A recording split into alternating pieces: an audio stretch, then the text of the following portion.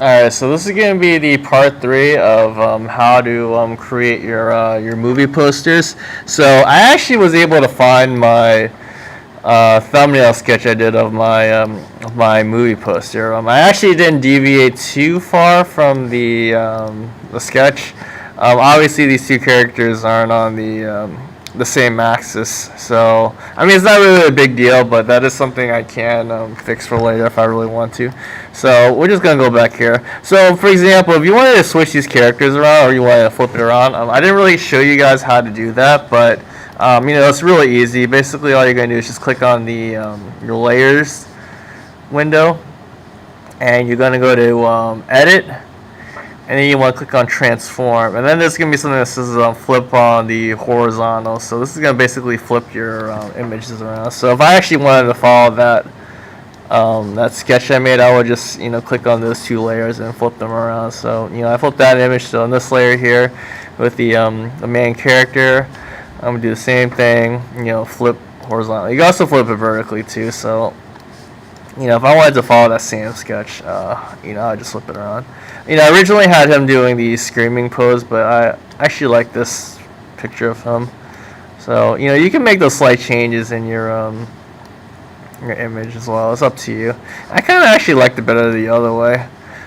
So, I mean, it's fine if you want to make those little adjustments, but, I'm going to keep it that way because that actually looks... visually that looks more interesting, at least like with the way. But my image here of the can and that boat, I do want to make that a little bit bigger. So you do want to try your best to match the images up if you can. So I'm actually gonna have it bleed off of the corners of the image, and then like on the bottom, I'm gonna put my the word stuff.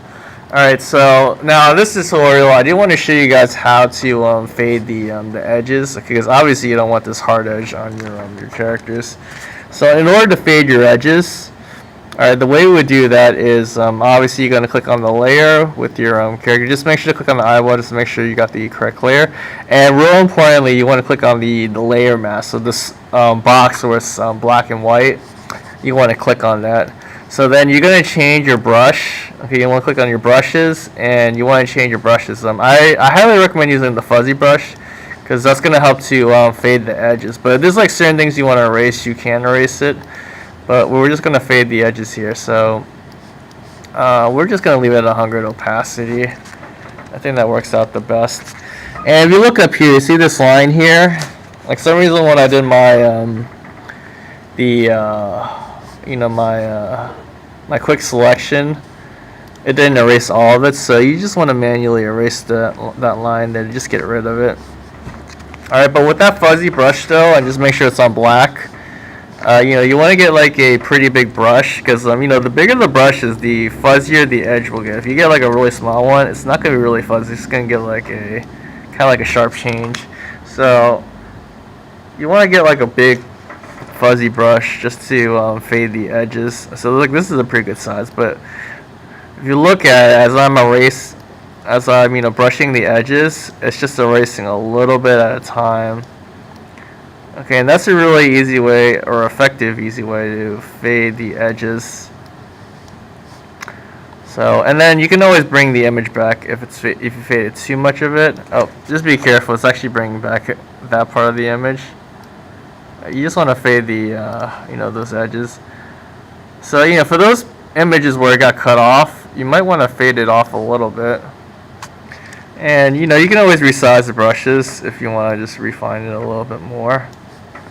But you just gotta play around with it until you get like the effect that you want. So I think that's pretty good to fade that side. And then now we gotta do for the other character. Same thing like before. Just be real careful you're on the correct image. So like if you get like a black here, like I can get a black by accident. Make sure you do Command Z to undo, or go to Windows, History, and just undo your mistakes. Okay, but you don't ever want to be on your actual image. This is the actual image. If you get a black like that, make sure you're on your layer mask. That's gonna be real important. The layer mask is gonna erase it. So, I'm going to get a big brush, and I'm just going to fade the edges. So I still want to keep most of that character in, but just fade the edges a little bit. So, you know, I think this is pretty good here. Like, you know, now they're kind of just like floating in the space. I might actually do more of this side just to match the tiger. You know what? Yeah, let me just cut the hand out. I kind of like it better without the hand there. And I might actually get like the brush a little bit bigger. Like, you know, when you make it bigger, it fades the edges a little bit better. Alright, so that's pretty good. You know, it seemed like they're both balanced pretty well. Alright, so then I'm going to move my tiger a little bit more here. I'll move the character here. Alright, and then I might want to just resize it a little bit, you know, make them bigger. So, you know, I might make him bigger. You know, you really can play around with the composition a little bit, so maybe make him bigger here. So maybe I might want to make him like really big. As you know, I felt like in the story he was kind of like the, you know, like he was kind of like the more dominant one. I mean, at the end of the book though, it was like the guy was more dominant. But you know, I feel like he is really dominant in the beginning of the picture. I'm actually gonna put this guy in the front, so you know you can always move your composition around in the picture. Maybe I might make him a little bit smaller. So, you know, you can play around with this a little bit. You know, just find a composition you want. And then another thing you can do too is if you want to fade out the characters, you can fade it out. So I'm just clicking on the opacity just to fade it out, certain parts. So, you know, I mean, the tiger is really important, but, you know, I feel like it may not be the most important thing in the book. I don't know, these just is like little things you gotta think about when you're planning your composition. Or, you know, maybe I'll just follow my thumbnail sketch. But these are just little things you have to think about when you're designing your space.